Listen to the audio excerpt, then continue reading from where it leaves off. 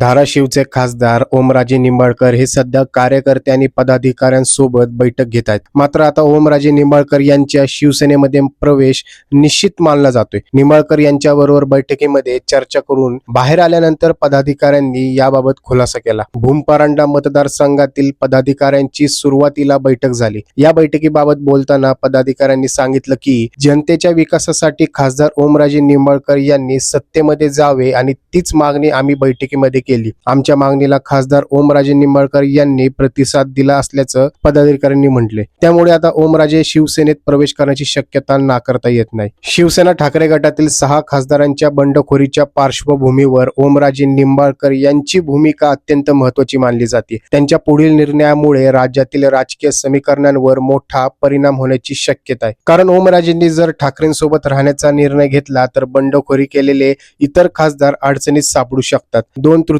आकडा न जमल्यामुळे उर्वरित खासदारांची खासदारकी धोक्यात येण्याची शक्यता आहे. त्यामुळे ओमराजेंच्या निर्णयाकडे सर्वांचं लक्ष लागलेलं आहे.